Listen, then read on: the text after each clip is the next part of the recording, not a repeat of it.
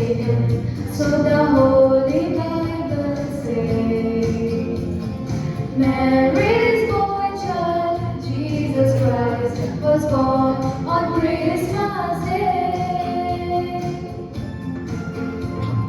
How now hear the angels sing, a King was born today, and man will live forevermore because of Christmas Day. Mary's boy child, Jesus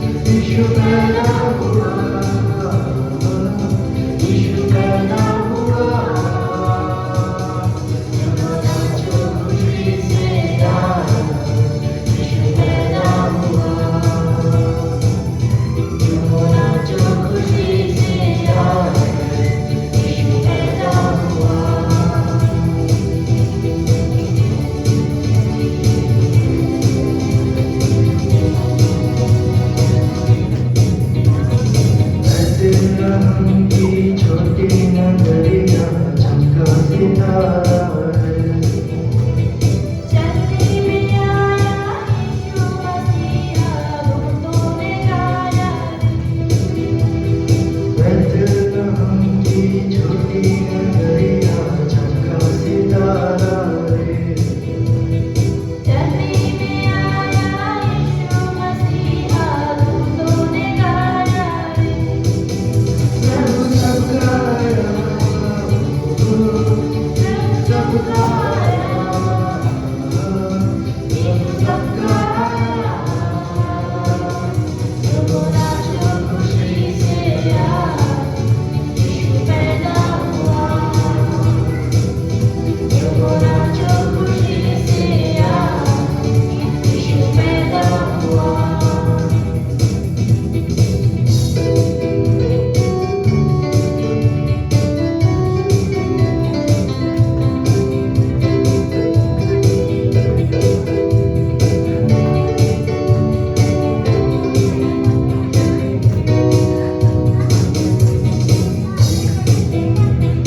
राजा सब घबराए गए थे यीशु के आने से। द्वार द्वार ढूंढवाया यीशु को पाया खजाना रे।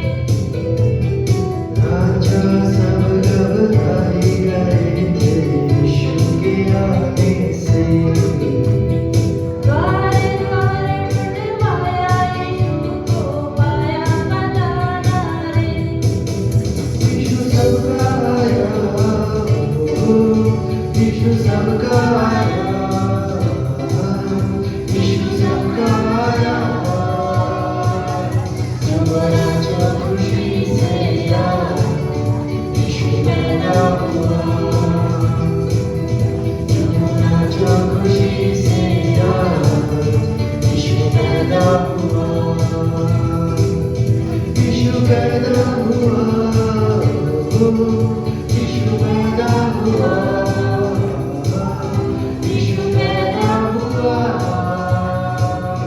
जो राजा खुशी से आया, यीशु पैदा हुआ। जो राजा खुशी से आया, यीशु पैदा हुआ।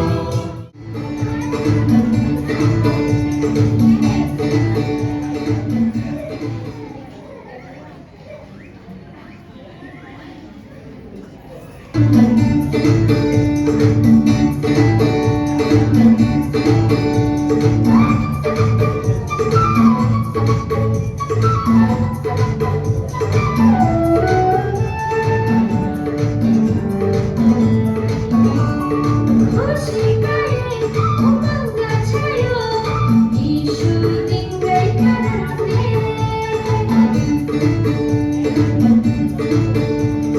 खुशी करे उमंग छायो यीशु दिन गए करते।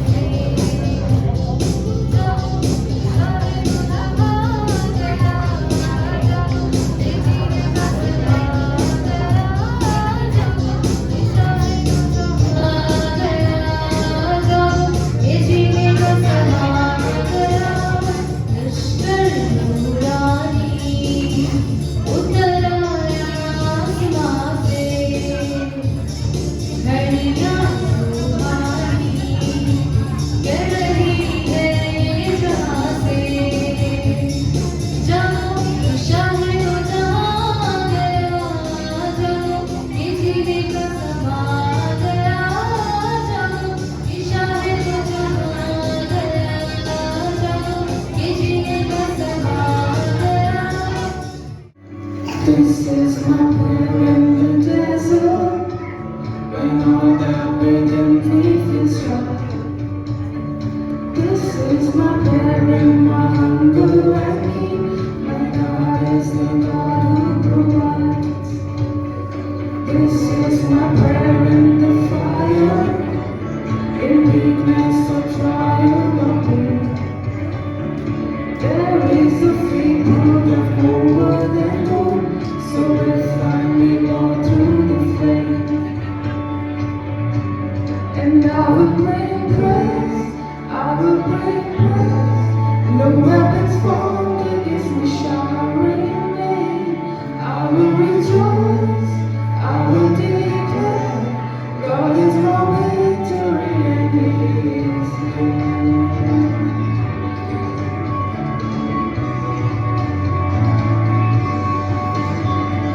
This is my prayer in the battle, where triumph is still on its way.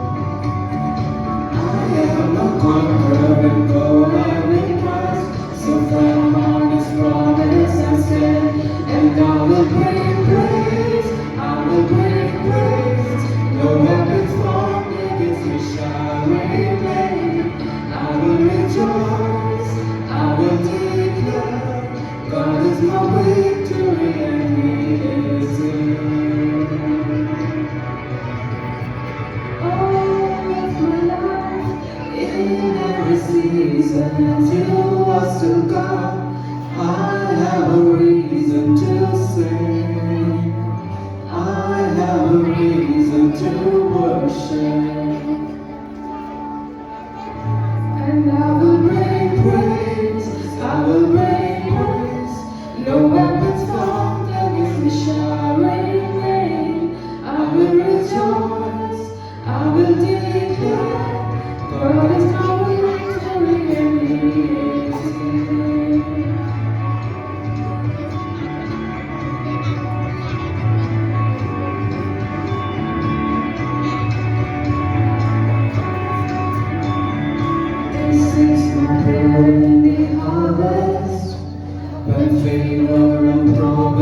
is full.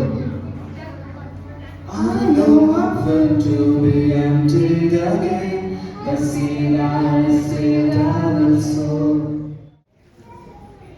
Bible पढ़ने से तो फर्स्ट ये बात है कि मनुष्य चतुर बनता है। चतुर नहीं बनता परंतु धनवान भी नहीं बनता, और बहुत से मतलब बुद्धि प्राप्त तो होती है पर वो चतुर नहीं बनता। परमेश्वर कहता है कि चतुर बनो, बाइबल में लिखा है कि चतुर बनो।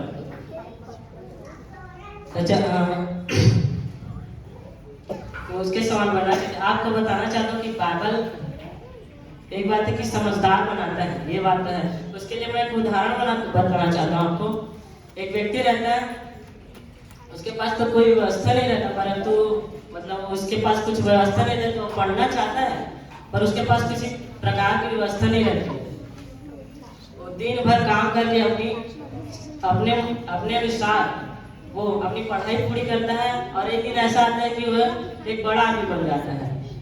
और दूसरा तरफ एक व्यक्ति रहता है जो उसके पास सब व्यवस्था तो रहता है परंतु वो पढ़ नहीं पाता और कुछ बन नहीं पाता। तो दोनों में अंतर है कि एक समझदार व्यक्ति है जो पढ़ लिख कर अपने मेहनत के दम से वो कुछ बड़ा पोस्ट में पाता है। हालेलुया। तो बाइबल में ये सिखाती है कि समझदार बनो। आपको बताना चाहता हूँ मेरी समस्या मेरे ये दिन है जो प्रभु ने मुझे दिए हैं पृथ्वी में। इस समस्याओं को समझदारी से जीने के लिए हमें बाइबल पढ़ना आवश्यक है। हालेलुया। और अगली टॉपिक पे आते हैं कि बाइबल क्या बोलती है। बाइबल तो बहुत सारी बातों को बोलती है, इतिहास की बातें पर अंत शुरू से लेकर अंत की बातों को बाइबल बोलती है। वैसे कई बात है जो बाइबल में बोलती है, पर ये बात है कि बाइबल परमेश्वर के वचन पे और परमेश्वर पे आधारित है। बाइबल जो है परमेश्वर पे आधारित है, जो परमेश्वर की हर एक बातों को बोलती है कि वो अच्छा है, वो भला है। परमेश्वर किस चीज से घृणा करता है, परमेश्वर किस चीज को चाहता है, उसके लिए मैं एक वचन बताना चाहता हूँ। नीति वचन 6:16 से 19 तक पढ़ी। 6 वस्तुओं से यहोवा बैर रखता है, वरन 7 है जिनसे उसको घृणा है, अर्थात घमंड से चढ़ी हुई आंखें, झूठ बोलने वाली जीभ और निर्दोष का लहू बहाने वाले हाथ, अनर्थ कल्पना करने वाला मन, बुराई करने को वेग दौड़ने वाले पांव, झूठ बोलने वाला साथी और भाइयों के बीच में झगड़ा उत्पन्न करने वाला मनुष्य। हालेलुया। ये वचन को मैं आपको समझाने के लिए पढ़ाया हूँ कि परमेश्वर किन चीजों से घृणा करता है। अगर हम बाइबल नहीं पढ़ेंगे तो हमें चीज का पता नहीं चलेगा कि हम किस चीज को परमेश्वर घृणा करता है। झूठ बोलने वाले जीव, इन बातों को हमको बाइबल पढ़ने से, वचन से ही पता चलेगा कि हम परमेश्वर से कैसे संबंध में रह सकते हैं, परमेश्वर को क्या पसंद है क्या नहीं पसंद है। जिस प्रकार दूसरा तिमुथियुस में लिखा है संपूर्ण पवित्र शास्त्र परमेश्वर के प्रेरणा से लिखी गई है। और दूसरी बात, हम परमेश्वर के समान कैसे बनेंगे। वैसे तो हर व्यक्ति का कोई ना कोई खास होता है, जैसे कि सिंगिंग, जैसे किसी का सिंगिंग पसंद आता है, किसी को डांसर पसंद आता है, और ऐसा होता है कि हम उसको देखते रहते हैं और उसके समान बनने की कोशिश करते हैं। ठीक है, उसी प्रकार हम परमेश्वर को ध्यान देंगे और परमेश्वर के वचनों को बोलेंगे, लेकिन उसी प्रकार हम परमेश्वर के समान बन जाएंगे। तो परमेश्वर के वचन हमें ये सिखाती है कि परमेश्वर के समान बनो। अगला प्रेम है परमेश्वर। ऐसे तो बहुत से बहुत से लोग हैं दुनिया में जो 80% लोग होंगे कि परमेश्वर से प्रार्थना करते हैं, परमेश्वर से प्रेम करते हैं। क्या वो लोग जानते हैं कि परमेश्वर उनसे प्रेम करते हैं कि नहीं? ये बात हमको कहाँ पता चलेगी? परमेश्वर की बाइबल से ही पता चलेगी कि परमेश्वर हमसे प्रेम करते हैं कि नहीं। हालेलुया। तो हम बाइबल के द्वारा ही जान सकते हैं कि परमेश्वर हमसे कितना प्रेम करता है। परमेश्वर जो बाइबल रचित गई है, परमेश्वर की बाइबल जो है वो परमेश्वर अपनी ही सामर्थ के द्वारा ही परमेश्वर ने बाइबल को अपने सामर्थ के द्वारा ही लिखी गई है। वैसे तो मनुष्य ने लिखी है बाइबल को, पर उसमें योग परमेश्वर का ही था। परमेश्वर के आपको मैं एक बात बताना चाहता हूँ कि परमेश्वर की समस्या, तो परमेश्वर की समस्या भी होती है। वैसे कई परमेश्वर की समस्या है कि मनुष्य तो परमेश्वर इतना प्रेम किया कि उसने अपना इकलौता पुत्र दे दिया। वैसे सबसे बड़ी भी समस्या मनुष्य ही है, क्योंकि वो आज्ञा क्यों नहीं मानता, मतलब आज्ञाकारिता नहीं है। परमेश्वर ने आज्ञा तो दी है पर वो आज्ञा को नहीं मानता। ये सबसे बड़ी समस्या मनुष्य की है कि वो आज्ञाओं पर नहीं चल पाता मनुष्य।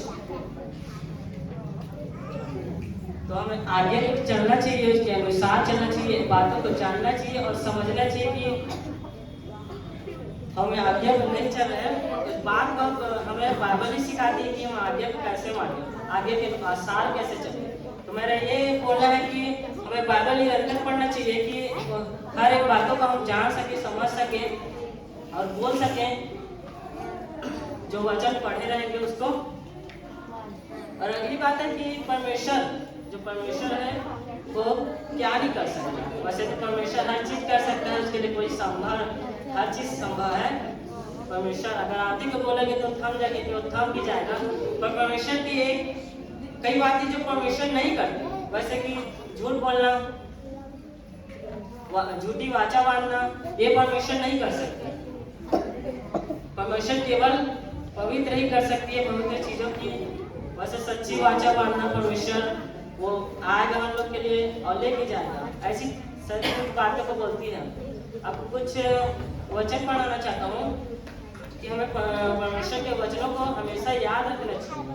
वैसे यहोशू में लिखा है, यहोशू 1:8 में, व्यवस्था की पुस्तक के नाम हाँ व्यवस्था की यह पुस्तक तेरे चित्त से कभी न उतरने पाए, इसी में दिन रात ध्यान दिए रहना, इसलिए कि जो कुछ उसमें लिखा है उसके अनुसार करने की तू चौकसी करे, क्योंकि ऐसा ही करने से तेरे सब काम सफल होंगे और तू प्रभावशाली होगा। जिस प्रकार यहोशू में लिखा है, वचन चीज से न उतरने पाए, मतलब मन परमेश्वर, मतलब जो भी हम फैसला लेते हैं वो मन के द्वारा ही लेते हैं। हम फैसला कि मन में जो हम निर्णय लेते हैं, परमेश्वर कहते हैं कि तेरा वचन चीज से न उतरने पाए, तेरे से न अलग होने पाए। परमेश्वर के वचन को हम ध्यान में रखते हुए रखना चाहिए। परमेश्वर जो वचन है, जो अपने नाम से भी बढ़कर परमेश्वर ने अपने वचन को महत्व दिया है। उसके भजन संहिता 138 में लिखा है, इस पर क्या लिखा है, 138 का 2, मैं तेरे पवित्र मंदिर की ओर दंडवत करूंगा और तेरी करुणा और सच्चाई के कारण तेरे नाम का धन्यवाद करूंगा, क्योंकि तूने अपने वचन को अपने बड़े नाम से अधिक महत्व दिया है। भजन संहिता 138 का 2 ये कहते हैं कि परमेश्वर ने अपने वचनों को अपने नाम से भी बढ़कर महत्व दिया है। तो हमको भी ये महत्व देना है कि परमेश्वर के वचनों को बहुत महत्व देना है कि हमको उसके वचन के अनुसार उसके वचन को पढ़ते रहना चाहिए निरंतर, कि हम परमेश्वर के विरुद्ध कोई भी कार्य न करें, परमेश्वर की आराधना और स्तुति में लगे रहें। इसी प्रकार मैं समाप्त करना चाहता हूँ कि वचनों के द्वारा आपको आशीष दूँ। आप सब how to read the Bible. सबसे पहले मैं इस विषय में जाने से पहले इससे संबंधित कुछ बातों को कहना चाहता हूँ। बाइबल जिस प्रकार से नारायण भाई ने हमें बताया, हमें बाइबल क्यों पढ़ना चाहिए यह तो आप सबों को मालूम चल ही गया होगा। हमारे अनिश्वर जी ने भी आप सबों को बताया। बाइबल पढ़ना हम सबों के जीवन के लिए एक बहुत ही आवश्यक चीज है। कहा जाए तो यदि हमें परमेश्वर के साथ अपने संबंध को स्थापित रखना है और मजबूत बनाए रखना है, तो एक बाइबल ही ऐसा माध्यम है और प्रार्थना जो हमारे संबंध को परमेश्वर से मजबूत बनाता है। कहा जाए तो बाइबल एक मसीह जीवन की शुरुआत की और मसीह के साथ संबंध को मजबूत करने की एक बुनियादी चीज है, जिसका केंद्र है प्रभु यीशु मसीह। बाइबल को पढ़ने के लिए हमें कुछ बातें हमारे चित्त में, हमारे मन में स्पष्ट होनी बहुत आवश्यक है, क्योंकि कुछ समय पहले हमने एक वचन पढ़ा था भजन संहिता 138 का 2।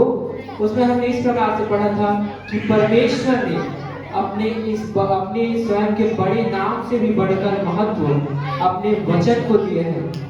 और ये बात जो है परमेश्वर ने अपने वचनों में कही है, और ये सही बात है, क्योंकि परमेश्वर का वचन ऐसा सामर्थ्य रखता है कि वह इस संसार में, इस पूरे संसार में देखा जाए तो वचन ही एक ऐसी पुस्तक है, परमेश्वर का बाइबल ही एक ऐसी पुस्तक है जो मनुष्य के जीवन को प्रभावित कर उसे बदलने का सामर्थ्य रखती है। आमीन। आप सभी विश्वास रखते हैं इस बात पे? हालेलुया। वचनों को हमें किस तरीके से पढ़ने चाहिए, इस विषय से पहले हमारे चित्त में, हमारे मन में कुछ बातें स्पष्ट होनी बहुत आवश्यक है। उन बातों को शुरू करने से पहले मैं उनके विषय में कुछ बताना चाहूँगा। प्रभु का वचन, यह बाइबल हम सबों के पास है, हम प्रतिदिन इसे पढ़ते हैं। प्रभु का वचन कोई एक किताब नहीं है, अन्य धर्मों की पुस्तकों की तरह, या कोई एक सामान्य सी पुस्तक नहीं है। अगर बाइबल की पृष्ठभूमि में जाए, अगर इसके इतिहास की ओर हम बात करें, तो अगर हम देखें तो बाइबल का वचन जो है, सभी पुस्तकें, कुल 66 पुस्तकों को मिला करके यह बाइबल लिखी गई है। यदि इसकी पृष्ठभूमि में हम ध्यान दें तो परमेश्वर का वचन 66 पुस्तकों का संग्रह है। और इसके लेखकों की बात करें हम, तो इसे लगभग 40 लेखकों ने मिलकर करीब 1400 से 1500 सालों के बीच में इसे लिखा है। और इसके पूरे पुस्तकों को लिख करके उन्होंने, संपूर्ण पुस्तकों को लिख करके हमारे तक पहुंचाने में सहायता की है।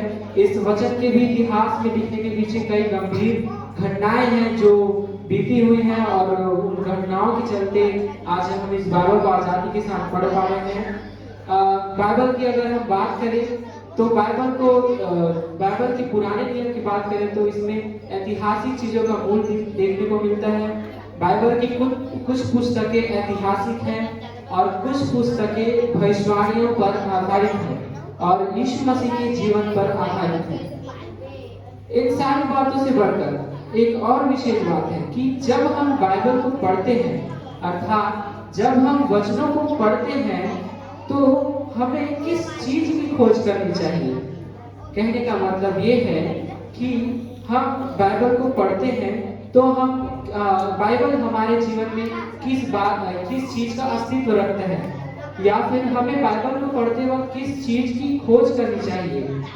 सबसे महत्वपूर्ण बात और तथ्य यही है कि वचन को जब हम पढ़ते हैं तो हमें इस बात की खोज करनी चाहिए कि हम जिस वाक्य को या जिस वचन को पढ़ रहे हैं वह अस्तित्व में क्यों आया, अर्थात इस बात को या इस वचन को परमेश्वर ने क्यों कहा, या फिर यह बात हमारे जीवन में क्यों अस्तित्व रखता है।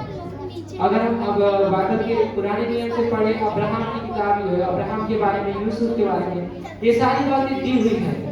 लेकिन अब्राहम की वंशावलियां और यूसुफ की कहानियां, ये सभी आखिर मुझसे क्या संबंध रखती है, मेरा इस बातों से क्या संबंध है? क्या कहीं ना कहीं ये बातें परमेश्वर की ओर ले जाती है? ये बातें हमें जानना आवश्यक है। तो हमें सबसे पहले इस बात की खोज में रहना चाहिए कि आखिर परमेश्वर ने इस बातों को अस्तित्व में क्यों रखा। और इसके पीछे यही कारण है कि जब हम बाइबल को पढ़ते हैं तो विभिन्न प्रकार की वंशावलियां भी हमें पढ़ने को मिलती हैं और विभिन्न प्रकार के ऐतिहासिक चीजें भी हमें पढ़ने को मिलते हैं।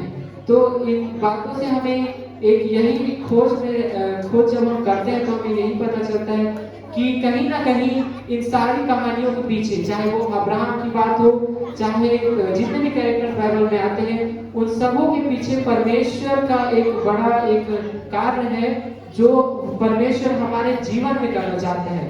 अर्थात इन मनुष्यों के जरिए परमेश्वर ने कुछ ऐसी कार्यों को प्रकट किया है जो हमारे जीवन में बहुत ही अधिक महत्व रखती है।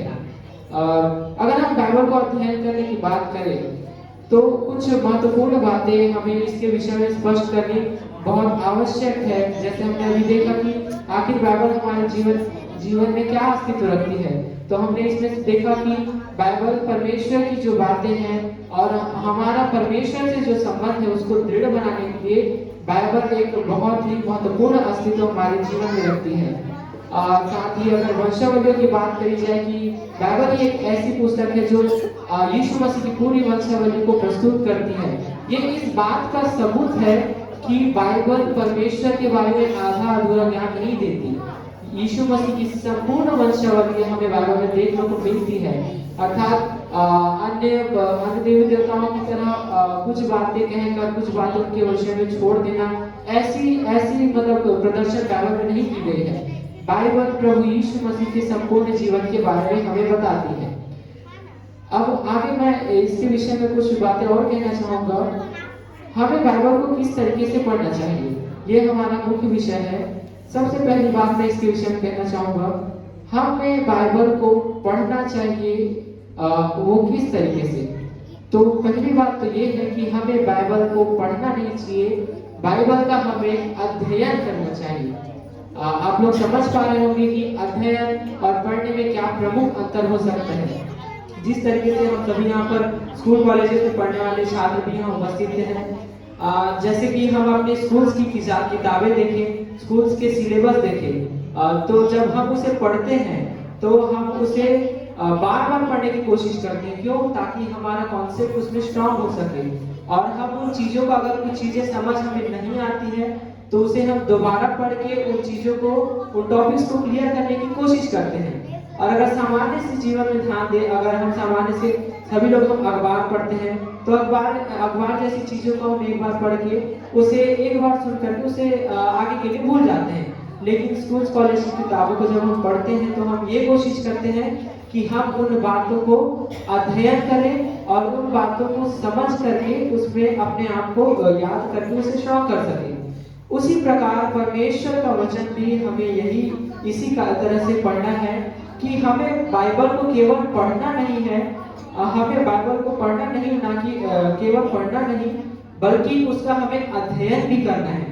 बाइबल की उन महत्वपूर्ण बातें जो इसमें लिखी गई है उन्हें अध्ययन करना है, और जो बातें हमें समझना है उन बातों को भी हमें अध्ययन करते हुए उन्हें समझने की कोशिश करनी है। और जब हम ऐसा करना शुरू करेंगे तो परमेश्वर हमारी इसमें सहायता करेगा उन बातों को समझने में। इसी प्रकार बाइबल को पढ़ने से संबंधित हम जब भी बाइबल पढ़ें तो हमें किसी भी हड़बड़ाहट में या समय के अभाव में, जल्दबाजी में कभी भी बाइबल को नहीं पढ़ना चाहिए। बाइबल को पढ़ने के लिए हमें एक समय निर्धारित कर लेना चाहिए और उस निश्चित समय में हमें बाइबल प्रतिदिन पढ़ना चाहिए। क्योंकि और बाइबल को पढ़ने से संबंधित कुछ बातें जो है हमें और समझनी चाहिए कि बाइबल को हमें समय निकालकर अलग करके पढ़ना चाहिए। और साथ ही साथ जब हम बाइबल पढ़ना शुरू करते हैं तो हमें बाइबल को एक निश्चित क्रमानुसार, जिस तरीके से इसमें एक पद के बाद एक अध्याय के रूप में दर्शाया गया है, उस तरीके से हमें इसे पढ़ना चाहिए। क्योंकि ये बातें भी महत्व रखती है। क्योंकि जैसे हम अपने सिलेबस स्कूल्स में जैसे पढ़ते हैं, अगर यदि किसी साइंस के बच्चे को हम अचानक से किसी आधे सिलेबस के बीच में अगर वहाँ बिठा दें हम, तो वो उसे वहाँ इस तरीके से लगेगा कि मैं कौन सी जगह पे आ गया हूँ, क्योंकि सारी बातें उसके मतलब दिमाग से ऊपर होती जाएंगी। उसी प्रकार जब हम बाइबल को एकाएक बीच से पढ़ते हैं तो हमें सारी चीजें क्लियर नहीं हो पाती या हमें चीजें समझ नहीं आ पाती। तो उन चीजों को परफेक्ट करने के लिए हमें बाइबल को शुरू से जब हम अध्याय शुरू करते हैं या एक पुस्तक शुरू करते हैं तो उसे हमें शुरू से पढ़ना चाहिए और बाइबल को क्रमानुसार हमें उसका अध्ययन करना चाहिए। क्योंकि जब बाइबल के रचनाकारों ने इसकी रचना की थी तो उन्होंने इसे किसी भी प्रकार से क्रम में नहीं जमाया था। लगभग 3री शताब्दी में इसे बाइबल के प्रत्येक वचनों को क्रमानुसार करके व्यवस्थित किया गया था। जैसे कि हम उदाहरणतः अगर हम देखें कि यशायाह की पुस्तक में यशायाह की पुस्तक उसका अध्याय 53वां अध्याय में 4थे वाक्य से अगर हम पढ़ें तो यशायाह की 53 अध्याय एक गीत है, यह यीशु मसीह की भविष्यवाणी के बारे में बताती है। तो अगर हम 53वें अध्याय के 4थे पद से पढ़ें तो हमें कुछ बातों को यहाँ पर देखने को मिलता है यीशु मसीह की भविष्यवाणियों के बारे में। लेकिन अगर हम इसके पहले वाले अध्याय 52 अध्याय को अगर हम ना पढ़ें तो यह 53 अध्याय की कही गई बातें हमें पूर्ण तरीके से समझ में नहीं आएंगी। जैसे कि आप देख सकते हैं कि ये जो वाक्य ये पद लिखा है 53वें अध्याय का 4था पद से मैं इसे पढ़ दूंगा। निश्चय उसने हमारे लोगों को सह लिया और हमारे ही दुखों को उठा लिया, तो भी हमने उसे परमेश्वर का मारा हुआ और दुर्दशा में पड़ा हुआ समझा। इस वाक्य का शुरुआत यशायाह 52वें अध्याय के अंतिम वाक्य से हमें देखने को मिलता है। वहाँ यह लिखा है कि क्योंकि वे ऐसी बातें देखेंगे जिसका वर्णन उनके सुनने में भी नहीं आया, वैसे ही बहुत सी जातियों को पवित्र करेगा और उनको देखकर राजा शांत रहेंगे। अर्थात ये 53वें अध्याय के 4 पद में लिखी गई बातों की शुरुआत हम यशायाह के 52वें अध्याय के अंतिम पद से होते हुए देख सकते हैं। अर्थात अगर हम इसे 52वें अध्याय से पढ़े तभी ये चीजें हमें आगे की समझ आएंगी। उसी प्रकार कई प्रकार की गलत धारणाएं भी जो हमारे मसीह अध्ययन करने में देखी जाती हैं। जैसे प्रतिदिन की तरह हम सुबह उठकर वचनों का अध्ययन करते हैं, हम वचनों को केवल पढ़ते हैं। जैसे अनिशंकर ने भी उस वक्त कहा कि एक गवाही बताई उन्होंने कि एक व्यक्ति ने अचानक से वचन को खोल के देखा और उसमें लिखी हुई बातों उन्हें अच्छी नहीं लगी, तो उन्होंने फिर उसे खोल के देखा। तो इस तरह की अध्ययन हमें नहीं करना है। परमेश्वर का वचन हमें जिस वाक्य को हम या जिस अध्याय को हम अध्ययन करने के लिए चुनते हैं, अगर हम उसका गहन से अध्ययन करें तो हमें उससे संबंधित विषय उसी वाक्य में ही मिल जाती है। तो अचानक से बाइबल को हड़बड़ी में खोलकर और कोई एक वाक्य यह सोचकर कि यह वाक्य आज मेरे लिए है, यह सोच करके पढ़ना अच्छा नहीं, हमारे लिए आत्मिक जीवन को आगे बढ़ाने के लिए लाभकारी नहीं है। हमारे लिए अच्छा यही होगा कि हम परमेश्वर के वचन को क्रमानुसार वाक्य प्रति वाक्य पढ़ें और जो बातें लिखी गई है उन्हें हम अध्ययन करके समझने की कोशिश करें। और बाइबल को अध्ययन करने का एक और तरीका है, जिस प्रकार से हम नए नियम में अगर हम पढ़े ध्यान देंगे तो नए नियम में यीशु मसीह के बलिदान के बारे में वहां लिखी गई कुछ बातें हैं और उन बातों को समझने से पहले यदि हम पुराने नियम की बातों को न पढ़ें तो नए नियम की बातें हमें थोड़ी अनसमझी हुई लग सकती हैं। जैसे कि यीशु मसीह के बलिदान से संबंधित बातें हम जानते हैं कि पुराने नियम में बलिदान से संबंधित 5 प्रकार के बलिदान हुआ करती थी। तो यदि हमें यीशु मसीह के बलिदान की बातों को समझना है तो हमें उसके लिए पुराने नियम की 5 बलिदानों के बारे में जानना भी आवश्यक है। तो उसके बाद ही हम उन 5 बलिदानों को यीशु मसीह के बलिदान से रिलेट करके हम उन बातों को समझ सकते हैं। तो इसका भी एक तरीका है, जिस प्रकार से अगर हम बाइबल के प्रत्येक पृष्ठ को देखें तो नीचे कुछ संकेत दिए रहते हैं। जब हम बाइबल को पढ़ते हैं तो उन संकेतों को पढ़कर हम उससे संबंधित पुराने नियम की बातों को भी छानबीन कर सकते हैं और इस तरह से छानबीन करके और वचन की सच्चाई को जानकर हम पढ़ें तो वचन के प्रति हमारी रुचि और बढ़ेगी और इससे परमेश्वर का हमारा परमेश्वर के साथ संबंध मजबूत होता चला जाएगा। उसी प्रकार से और सबसे पहली महत्वपूर्ण बात यह है कि जब हम वचन को पढ़ने बैठे तो सबसे पहले हमें प्रार्थना के साथ वचन को पढ़ना शुरुआत करना चाहिए, क्योंकि जब हम वचन को पढ़ने बैठते हैं तो कई प्रकार की बातें जो हम नहीं समझ पाते उनको समझने के लिए हमें परमेश्वर की सहायता चाहिए होती है। इसीलिए वचन को पढ़ने से पहले हम प्रार्थना के साथ बैठे कि परमेश्वर आखिर हमें जो बातें हमें नहीं समझ आती उनके माध्यम से हमें क्या समझाना चाहता है। जब हम प्रार्थना के साथ बाइबल को पढ़ने बैठेंगे तो कई प्रकार की बातें जो हम नहीं समझ पाते या जो बातें हमारे दिमाग से ऊपर की ओर चले जाती हैं तो प्रार्थना के साथ बैठने से पवित्र आत्मा उन बातों की हमें अगुवाई करते हैं और उन बातों को हम समझ पाते हैं। तो ये थी कुछ बाइबल को किस तरीके से पढ़े इस विषय पर संबंधित बातें हमने जो देखी कि हमें बाइबल को तो सबसे पहले केवल पढ़ना ही नहीं चाहिए बल्कि उसका गहन अध्ययन करना चाहिए। इससे हमें उससे संबंधित विभिन्न भेद भरी बातों की पता चलेगा और साथ ही साथ जब हम प्रार्थना के साथ बाइबल पढ़ते हैं तो पवित्र आत्मा हमें विभिन्न भेद भरी बातों को जो हमारी समझ के परे है उन बातों को पवित्र आत्मा हमें समझने में सहायता करता है और हम परमेश्वर से संबंधित भेद भरी ज्ञान की बातों को हम जान पाते हैं और उससे हमारा परमेश्वर के साथ जो संबंध है वो और भी मजबूत होता चला जाता है। बाइबल को पढ़ना हमारे जीवन के लिए एक बहुत महत्वपूर्ण चीज है। तो ये कुछ बातें थी जो हमने देखी कि हमें बाइबल को किस तरीके से पढ़ना चाहिए और कैसे पढ़ना चाहिए। इस तरीके से मेरी बातें समाप्त होती रही। दिए गए समय के लिए धन्यवाद। आप सबों को जय मसीह।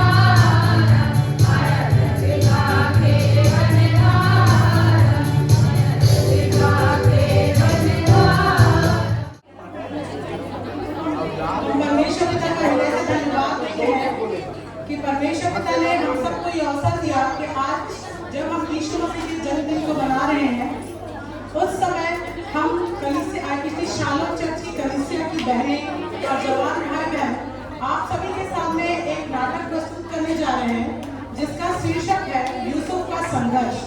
जब यूसुफ छोटा था, बाल्यावस्था में था, तब उसने एक दर्शन देखा था। हम उस दर्शन के बारे में सभी जानते हैं कि कैसे वो अपने भाइयों को अपने दर्शन को बताता है और उसके भाई क्रोध में आकर उसे बेच देते हैं। और जब एक ऐसा समय भी आता है जब परमेश्वर उसको ऊंचे पद पर विराजमान करता है, तब उसके सारे भाई उसे छोड़कर निवृत्त करते हैं।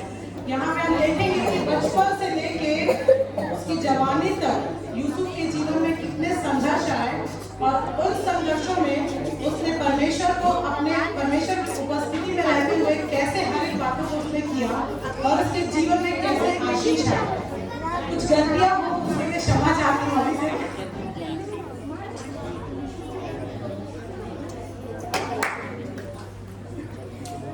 याकूब जब कनान देश में परदेशी होकर रहता था, तब उसके 12 पुत्र उसके साथ रहते थे और 12 पुत्रों में सबसे अधिक वो यूसुफ से प्रीति रखता था।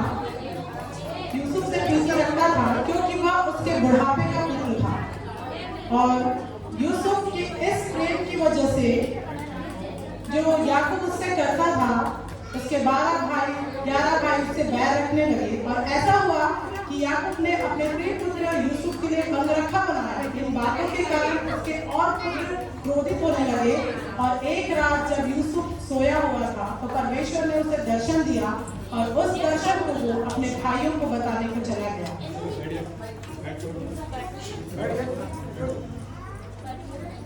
हे मेरे भाइयों, मेरी सुनो।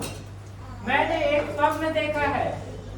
मैं क्या देखता हूँ कि हम सभी खेतों में पुले बांध रहे हैं और मैंने देखा कि मेरा पुला अचानक से सीधा खड़ा हो जाता है और तुम सबों के पुलों ने मेरे पुले को चारों ओर से घेर लिया है। और मैंने क्या देखा कि तुम्हारे पुलों ने मेरे पुले को दंडवत भी किया है। अच्छा, अब क्या तू वहाँ पे राज करेगा? ये भाई देखिए क्या बात करता है। क्या अब तू हम पर प्रभुता करेगा? यूसुफ, ये कैसी बात है?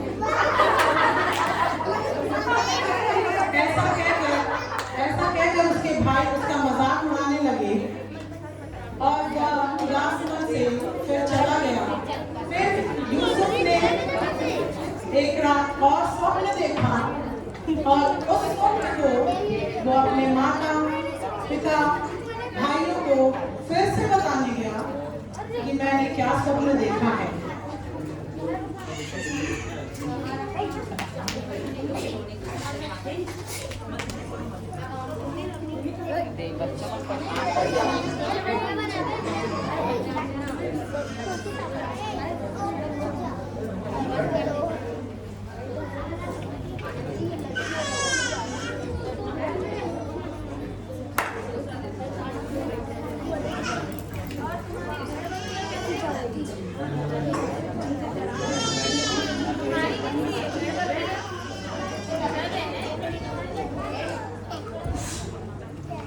और यूसुफ अपने स्वप्न को बताने अपने माता पिता के पास पहुंच गया।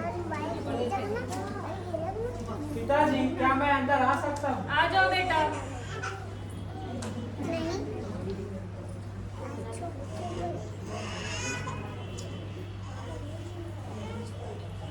हे मेरे पिता और हे मेरे भाइयों, मेरी सुनो।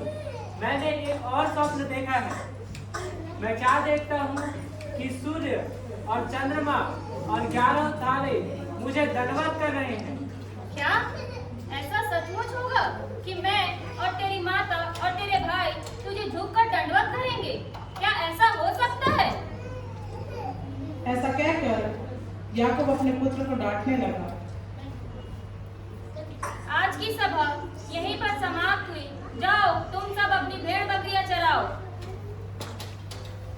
याकूब की आज्ञा मानकर उसके पुत्र शकेम के मैदान में भेड़ बकरियां चराने चले गए और यूसुफ वहीं रुका क्योंकि उसका पिता उससे कुछ बातें करना चाहता था। हे मेरे पुत्र, मैंने तेरे लिए एक अंगरखा बनवाया है।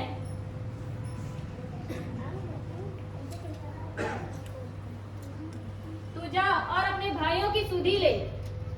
शुक्रिया पिताजी। यूसुफ अपने पिता की बात सुनकर अपने भाइयों से मिलने शकेम की ओर चला गया। और जब वो शकेम की ओर जा रहा था और उन्हें ढूंढ रहा था तो वहाँ एक मनुष्य मिला और उसने उससे पूछा, किन्हें ढूंढता है? तो उसने कहा, मैं अपने भाइयों को ढूंढता हूँ, बता दे वो कहाँ है, क्योंकि वे भेड़ बकरियां चरा रहे हैं। और यूसुफ जो अंगरखा उसके पिता याकूब ने दिया है उसे पहनकर वो उनसे मिलने और भेंट करने जाता है।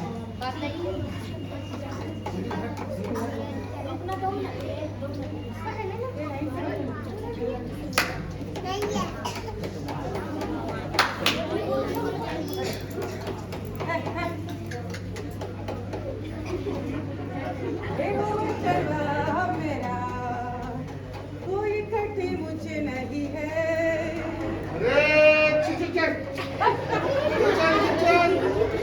Hey, hey!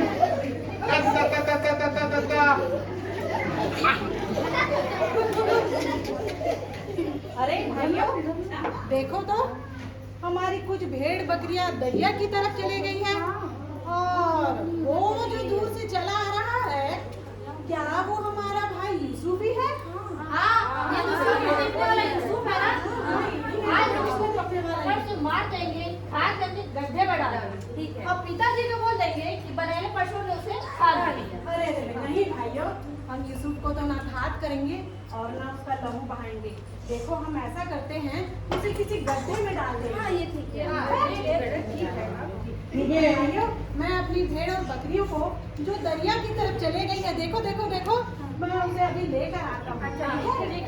रूबेन जो यूसुफ से प्रीति रखता था, उसको बचाने की मनसा से उसने उसे गड्ढे में डालने की सलाह दी और यूसुफ अपने भाइयों को ढूंढता हुआ उनके पास आ पहुंचा और वो जैसे ही वहां पहुंचा, उनके भाइयों का क्रोध जो उन पर भड़का था, उसने उस पर प्रकट कर दिया।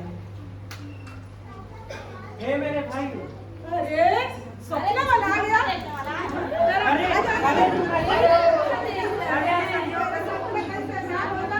अरे ऐसा मत करो, मुझे छोड़ दो।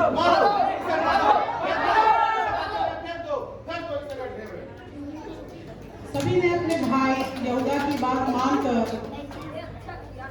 यूसुफ को गड्ढे में डाल दिया और उसको डालने के बाद वे आनंद करने लगे।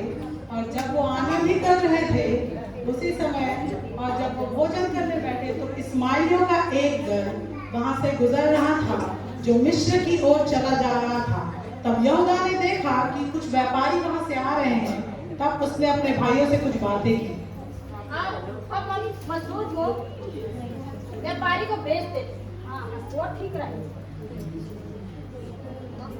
हे व्यापारी, आज में तो हम बहुत पैसे कमा लिए। हाँ हाँ मालिक, बहुत कमा लिए। व्यापारी हो क्या? सुनो भाई। हाँ हाँ बोलो। क्या? हाँ मैं व्यापारी हूँ। ठीक है, हमारे पास एक अच्छा मजदूर है, मेहनती वाले, खरीदोगे क्या? हाँ उसको लेके आओ।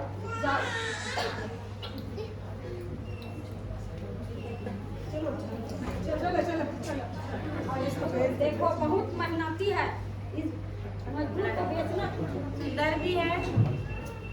हाँ हाँ दिखने में तो सुंदर है, फुर्तीला है। व्यापारी खरीद ले क्या इसको? कितने में खरीदेंगे? मैं चांदी के 20 टुकड़े इसको देना चाहता हूँ, आपको मंजूर है? अच्छा भाई ठीक है। हाँ ठीक है ठीक है ठीक है, ले लो। ले लो पोटली आपका चांदी का 20 टुकड़ा। व्यापारी इसको पकड़ो और ले चलो। जी मालिक।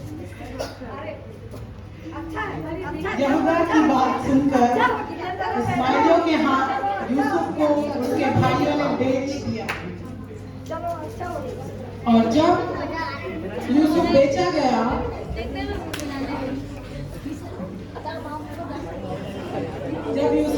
गया तब पोतीफर नामक जो फिरौन के हाकिमों का सरदार था, उसके हाथों में वह बेचा गया और वह उसके घर में रहकर उसकी सेवा टहल करता था। और पोतीफर ने जाना कि यूसुफ के हर एक काम को उसका परमेश्वर सफल करता है, तो उसने सोचा कि उसको कुछ अधिकार दे और वो उस मनसा से उससे मिलने को गया।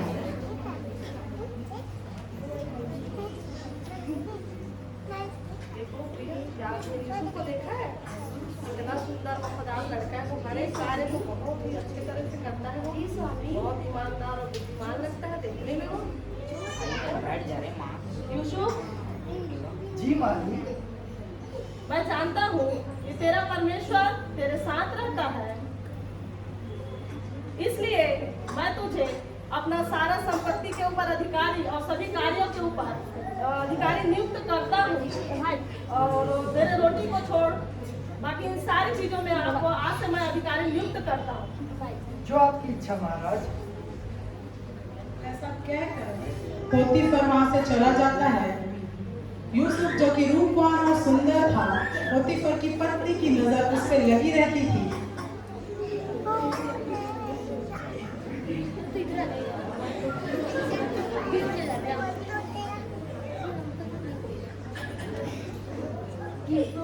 सुनो जी जी मालकिन। क्या तुम्हें मालूम है तुम बहुत सुंदर दिख रहे हो। शुक्रिया मालकिन। तो सुनो मेरी बात सुनो जरा। नहीं आओ मालकिन, मेरे नहीं, पास। ये गलत है, आओ। परमेश्वर की आओ, आप नहीं कर सकते। सुनो सेवकों, सेवकों। जी महारानी। अब भी उसी प्रिय मनुष्य को हमारे सामने अब भी पेश किया जाए। जी महारानी। क्या हुआ, कैसा शोर है ये, क्या हुआ।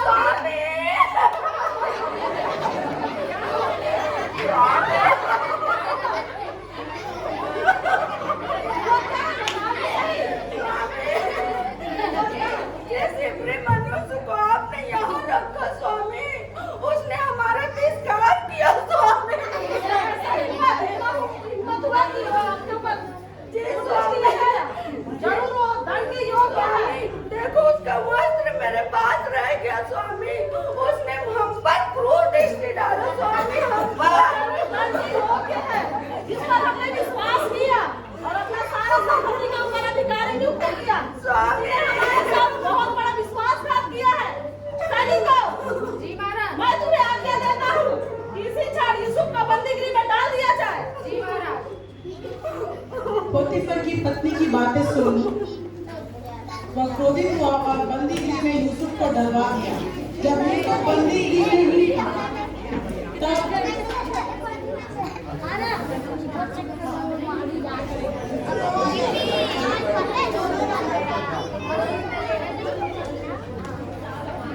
यूसुफ बंदीगृह में जब पहुंचाया गया तब उसके साथ फिरौन राजा के 2 हाथी पकाने हारा भी कैद थे। उन्होंने भी एक स्वप्न देखा और वो अपने स्वप्न को लेकर बहुत चिंतित थे कि हमारे स्वप्न का क्या अर्थ है।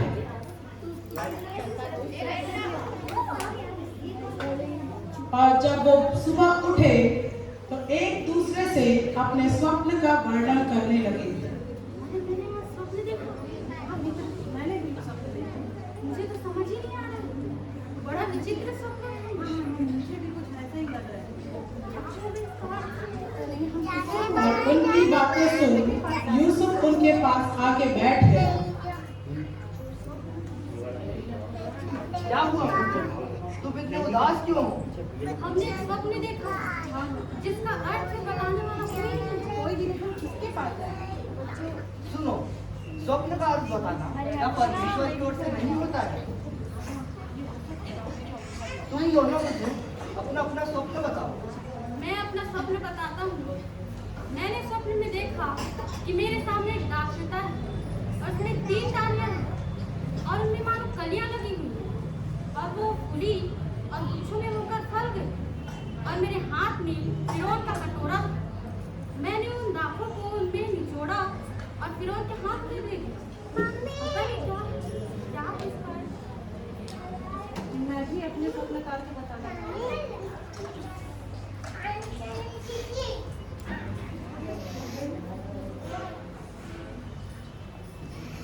यूसुफ खड़ा हुआ और मनन करने लगा कि सचमुच इस स्वप्न का अर्थ क्या है और परमेश्वर ने उसे उस स्वप्न का अर्थ बता दिया।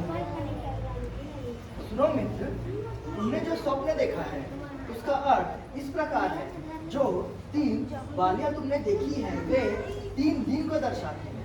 अर्थात आज से 3 दिन के पश्चात फिरौन तुम्हें सम्मानित करेगा और तुम्हारा सिर पहले की तरह ऊंचा किया जाएगा और तुम फिरौन के पिलाने हारा बनोगे। हे प्रभु धन्यवाद। हे मित्र, जब तेरा भला हो तो मेरा सुधि लेना ना भूलना। जरूर। हे मित्र, तुमने क्या स्वप्न देखा है। पकाने हारे ने भी स्वप्न देखा कि मैंने एक स्वप्न देखा है। वह यह है कि मैंने देखा कि मेरे सिर पर सफेद रोटी की 3 टोकरियां हैं और ऊपर की टोकरी में फिरौन के लिए सब प्रकार की पकी पकाई वस्तुएं हैं और पक्षी मेरे सिर से उस टोकरी में से उन वस्तुओं को खा रहे हैं।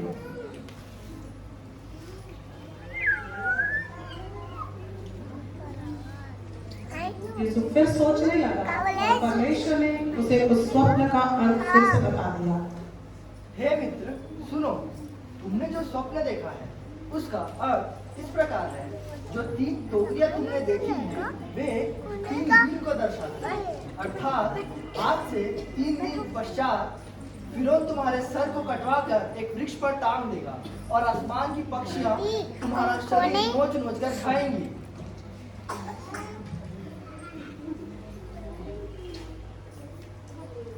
यूसुफ की बातें सुन पिलाने हारा तो खुश हुआ, परंतु पकाने हारा बहुत निराश हो गया और दुखी हो गया।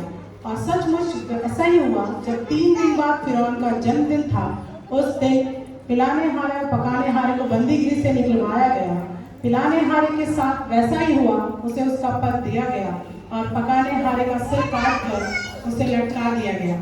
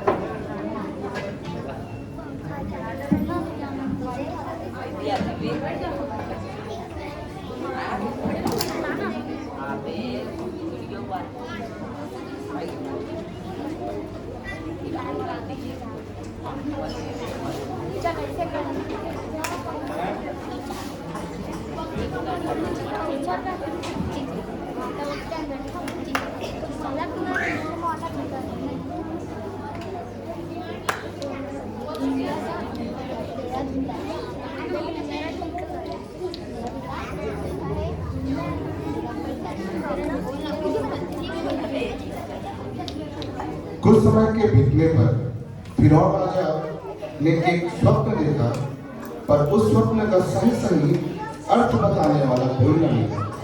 उस स्वप्न के कारण फिरौन का मन बहुत ही व्याकुल हुआ और उसने मिस्र के सभी ज्योतिषी और पंडितों को बुलवा भेजा कि कोई उसके स्वप्न का अर्थ बता सका, और कोई भी उसे उसके स्वप्न का अर्थ नहीं बता सका।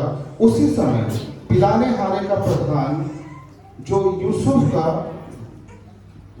का स्मरण आया कि मेरे अपराध मुझे स्मरण आए। कैसा स्वप्न है जो हमने देखा, जिसका बताने वाला हमारे मिस्र देश में नहीं है। स्वामी,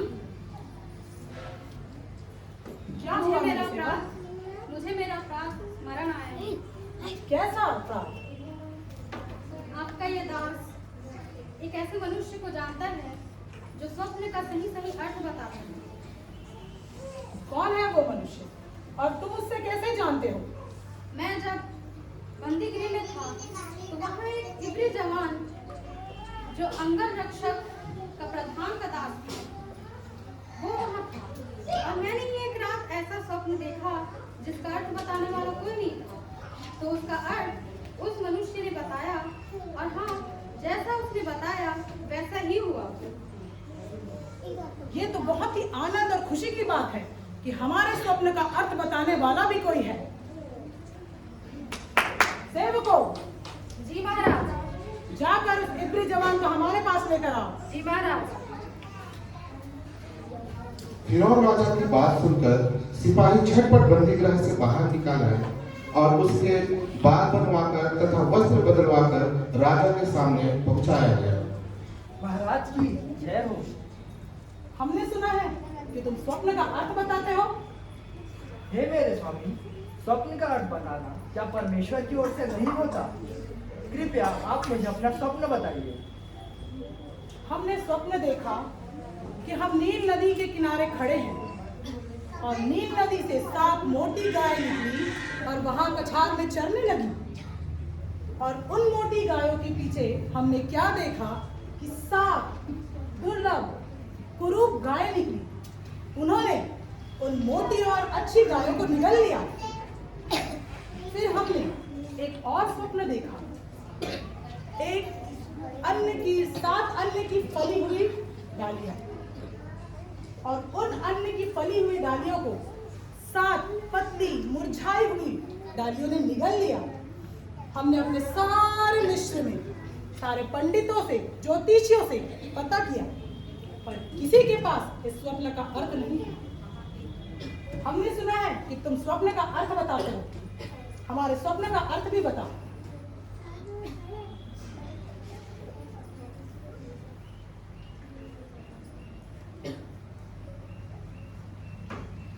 हे स्वामी, मैं आपके स्वप्नों का अर्थ बता सकता हूँ। बताओ क्या है, हम जानना चाहते हैं हमारे स्वप्न का अर्थ क्या है। हे स्वामी, आपने जो 2 स्वप्न देखे हैं वे 2 नहीं किंतु एक ही स्वप्न है, जिसमें जो आपने पहले स्वप्न का पहला दृश्य जो देखा है कि 7 मोटी गाय और सुंदर गाय, और दूसरे स्वप्न का पहला दृश्य 7 फली हुई बालियां, वे दोनों 7 वर्ष को दर्शाती है। अर्थात आज से 7 वर्ष तक हमारे मिस्र देश में बहुतायत से फसल उगेगी और लोग उसे खाकर तृप्त होंगे। परंतु आपने जो 7 दुर्बल गायों को 7 मोटी गायों को निगलते हुए देखा है और 7 मुरझाई हुई डालियों को 7 फली हुई डालियों को निगलते देखा है, उसका यह अर्थ है कि इन 7 बहुतायत की वर्षों के बाद 7 अकाल के वर्ष पड़ेंगे, जिसमें सारे जगह महामारी फैल जाएगी और लोग इन 7 अकाल की वर्षों में पिछले बीते हुए बहुतायत की वर्षों को भूल जाएंगे। सचमुच क्या ऐसा हो सकता है? परमेश्वर आपके स्वप्न को अवश्य पूरा करेगा। यूसुफ की सारी बातें सुनने के पश्चात राजा फिरौन ने अपने देश में एक समझदार और बुद्धिमान पुरुष को ढूंढकर उसे मिस्र देश पर प्रधानमंत्री ठहराने के लिए उसने यूसुफ को नियुक्त किया। और राजा की यह बात उसके कर्मचारियों को अच्छी लगी, क्योंकि फिरौन के अनुसार यूसुफ में परमेश्वर का आत्मा रहता है। हमें अपने देश के लिए एक ऐसा बुद्धिमान और परमेश्वर की आत्मा में चलने वाला मनुष्य चाहिए जो हमारे देश की, हमारी प्रजा की रखवाली कर सके। इन 7 वर्षों में जैसा उस पुरुष ने बताया, हमने ये सोचा है कि परमेश्वर का आत्मा उसमें वास करता है, तो हम आने वाले समय के लिए यूसुफ को ही अपने मिस्र देश का प्रधानमंत्री नियुक्त करेंगे। और फिरौन राजा ने यूसुफ को मिस्र देश का मंत्री ठहरा दिया और उसको अपने हाथ से अंगूठी निकाल पहना दी और मलमल का वस्त्र पहनवा दिया और उसको अपने साथ के दूसरे वरन चढ़ावा और लोग उसके आगे आगे यह प्रचार करवाया कि यूसुफ इस देश का प्रधानमंत्री है। सेवकों, जी महाराज। जाकर उस इब्री जवान को हमारे पास राजकीय वस्त्र पहनाकर पेश करो। जी महाराज।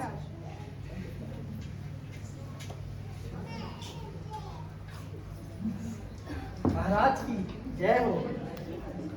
हे जवान, हमने जाना कि परमेश्वर तुम्हारे हर एक कार्य को सफल करता है और तुम्हारे जैसा ज्ञानी और बुद्धिमान हमारे सारे मिस्र देश में नहीं है। इसलिए हम ये चाहते हैं कि आने वाले आज से लेकर आने वाले समय तक तुम हमारे इस मिस्र देश के प्रधानमंत्री हो। जो आपकी आज्ञा महाराज। मैं राजा हूँ, पर तुम मेरे सारे मिस्र देश के अधिकारी ठहरोगे। हर एक काम तुम्हारी मर्जी से होगा और जैसा तुम चाहोगे वैसा ही होगा, सिर्फ मेरी राजगद्दी को छोड़ो। जैसी आपकी इच्छा महाराज।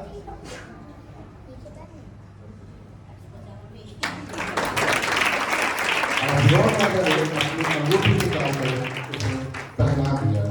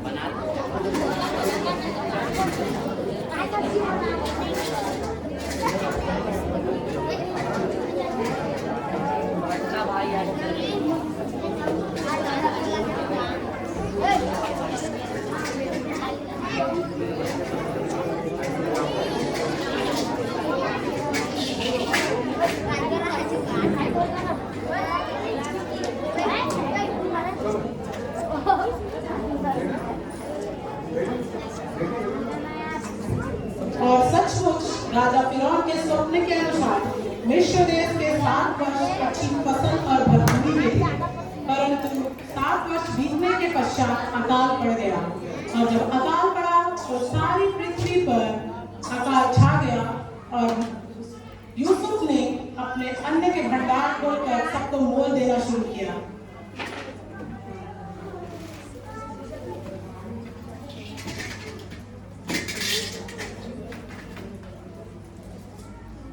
और जब सारे लोग अन्न खरीदने आ रहे थे, उसी समय याकूब को भी पता चला कि मिस्र में बहुत अधिकायत से अन्न है। तो उसने अपने पुत्रों से भी कहा कि मिस्र में जाकर अन्न मोल ले आओ, और उनके पुत्र उनकी बातें सुनकर मिस्र में मोल लेने को गए।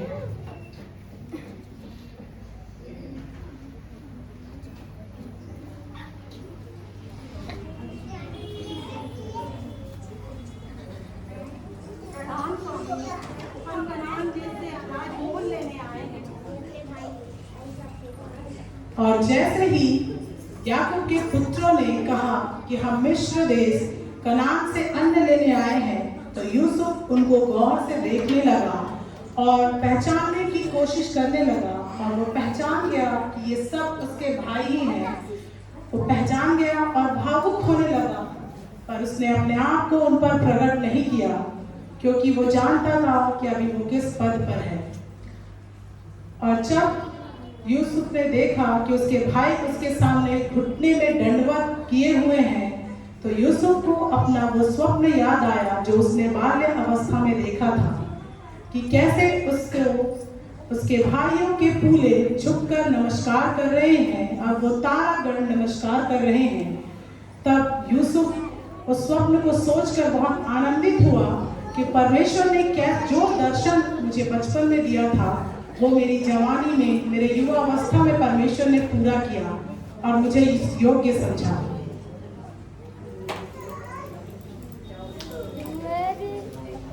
इस कहानी से हमें यह देखने को मिलता है कि सचमुच परमेश्वर पिता हमसे जो वादा करते हैं, अगर हम परमेश्वर पिता की उपस्थिति में रहकर अपने हर एक कार्य को करते हैं, तो हमारे जीवन में बहुत सारी बाधाएं आती हैं। हमारे घर के बैरी भी, हमारे घर के लोग ही हमारी बैरी होते हैं, पर उन बातों के पश्चात भी प्रभु हमको वो अधिकार और वो स्थान देता है जो वो देना चाहता है और दिया परमेश्वर। इसी के द्वारा हमारा यूसुफ का संघर्ष का नाटक समाप्त हुआ। आप सभी का धन्यवाद। यानी क्रिसमस मना रहा है, लेकिन हम लोग जो उद्धार पाए हुए लोग हैं, हम प्रभु यीशु मसीह के जन्म के उद्देश्य और उसके कार्य को पूरी की पूरी समझ लिए हैं, और सबसे बढ़कर उस महान परमेश्वर हमारे हृदय में आकर बसा है। इसलिए हर दिन हम प्रभु में आनंदित रहते हैं। फिलिप्पी 4:4 में प्रेरित पौलुस बंदीगृह में पड़े होते हुए जब फिलिप्पी कलीसिया को बताया, तो उनको ये बताएं कि आप प्रभु में सदा आनंदित रहो।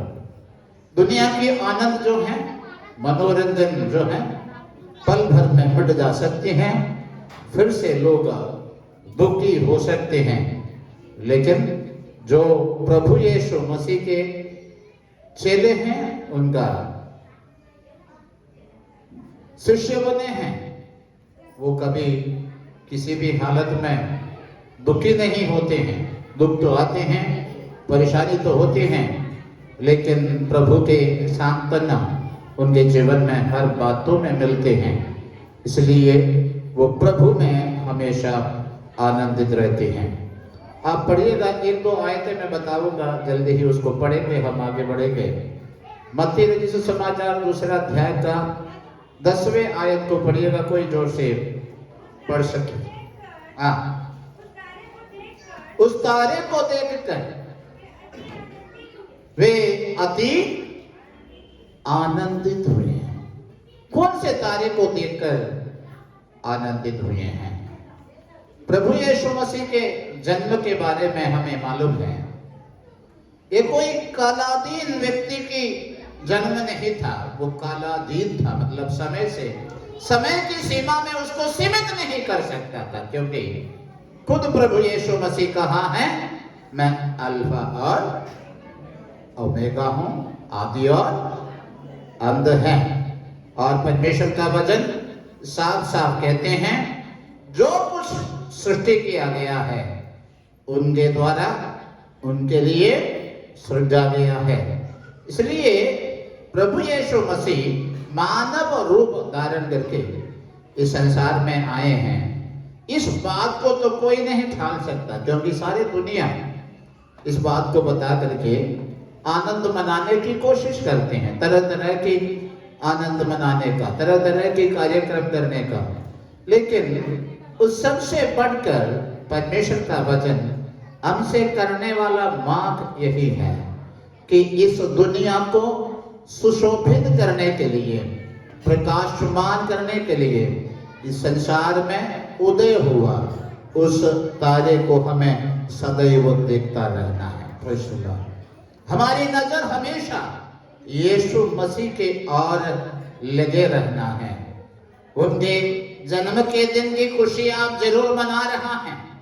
यदि आपके हृदय में प्रभु यीशु मसीह जन्म नहीं लिए, अर्थात आपके जीवन में आप प्रभु यीशु मसीह को अपना उद्धारकर्ता करके ग्रहण नहीं किए हैं, और यदि आपके पूरे मालिकाना हक आप उनको समर्पित नहीं किए हैं, तो आप कभी भी इस खुशी को अनुभव नहीं कर पाएंगे।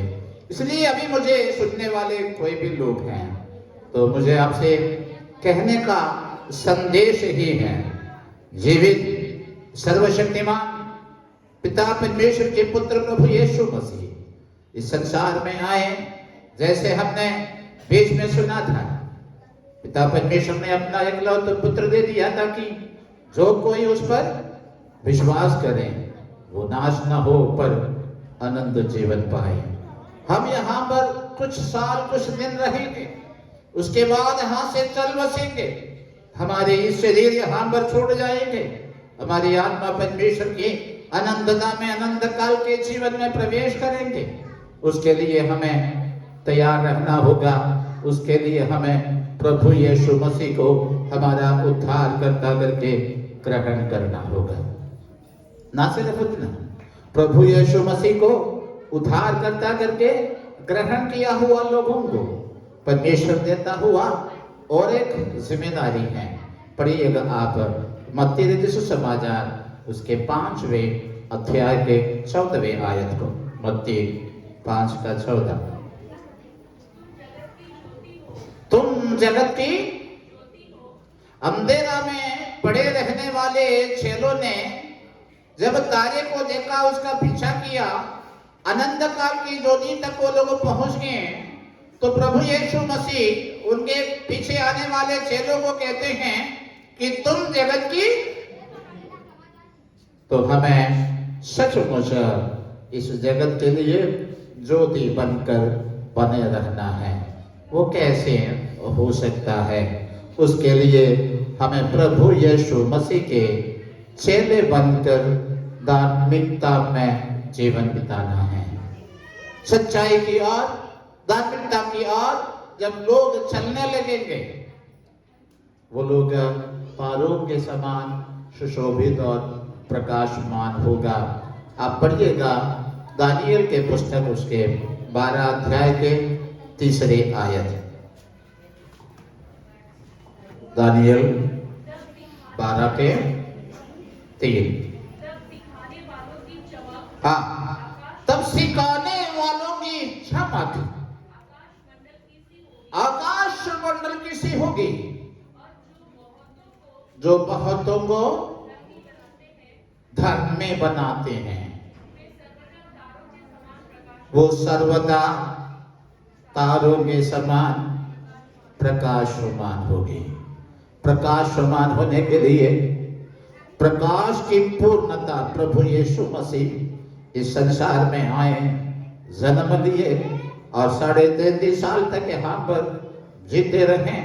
रोगियों को चंगा किए, मुर्दों को जिलाए, भूखों को खिलाए, और समय आने पर मानव जाति को उनके पाप से मुक्ति दिलाने के लिए क्रूस पर अपने जीवन को बलिदान किए अपने पवित्र लहू हमारे लिए बहाए।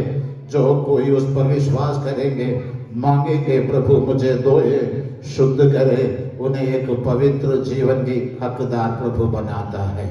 इसलिए मुझे सुनने वाले प्रियो में से यदि कोई भी प्रभु यीशु मसीह को अपना उद्धारकर्ता करके ग्रहण नहीं किया है, तो आज ही समय है कि मेरा प्रभु आपके लिए इस दुनिया में आया, आपके लिए यहाँ पर उन्होंने महान बलिदान किया।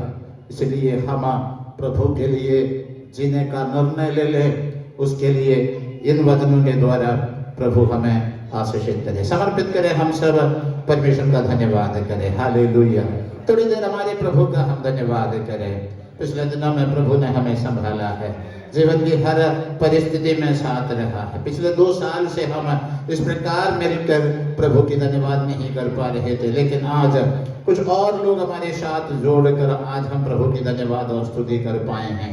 आइए इन दिनों में हम इस बात के महत्व को और अधिक हम समझने पाए, मिलकर हम थोड़ी देर प्रभु को धन्यवाद करें। हालेलुया। धन्यवाद प्रभु, आप जीवित परमेश्वर है, अब उद्धार करता प्रभु है राजा। हालेलुया। तेरा जैसा और कोई नहीं है राजा। हालेलुया। तो जीवित परमेश्वर, तूने हमें इस दलदल के केस में से छुड़ाया प्रभु जी। हालेलुया। हमें आपने अपने लहू से धोकर शुद्ध किया। हम धन्यवाद धन्यवाद धन्यवाद करते हैं। तेरी शुद्धता के लिए हम धन्यवाद करते हैं। पवित्र प्रभु, तेरी पवित्रता के लिए हम धन्यवाद देते हैं। हालेलुया। आपने इस संसार में आए, हमारे लिए जीवन दान दिए और हमें बचाए, पापों से छुड़ाए, प्रेम के राहों में चलने का आपने हमें राह दिखाए। इसलिए हम धन्यवाद करते हैं प्रभु जी। आप इस संसार को प्रकाशमान करना चाहते हैं, जो दिलमय करना चाहते हैं वो हमारे द्वारा है प्रभु जी। धन्यवाद होवे प्रभु, धन्यवाद। हम किसी के राग में अंधेरा ना बने, हम किसी के राग में ठोकर के कारण ना बने, हम सबके लिए मार्गदर्शक बनते रहें कि हम वचन की आज्ञाकारी बनकर पवित्रता में जीवन बिताकर परमेश्वर की नाम की महिमा के लिए हम बने रहें। हालेलुया। धन्यवाद धन्यवाद धन्यवाद हम करते हैं प्रभु।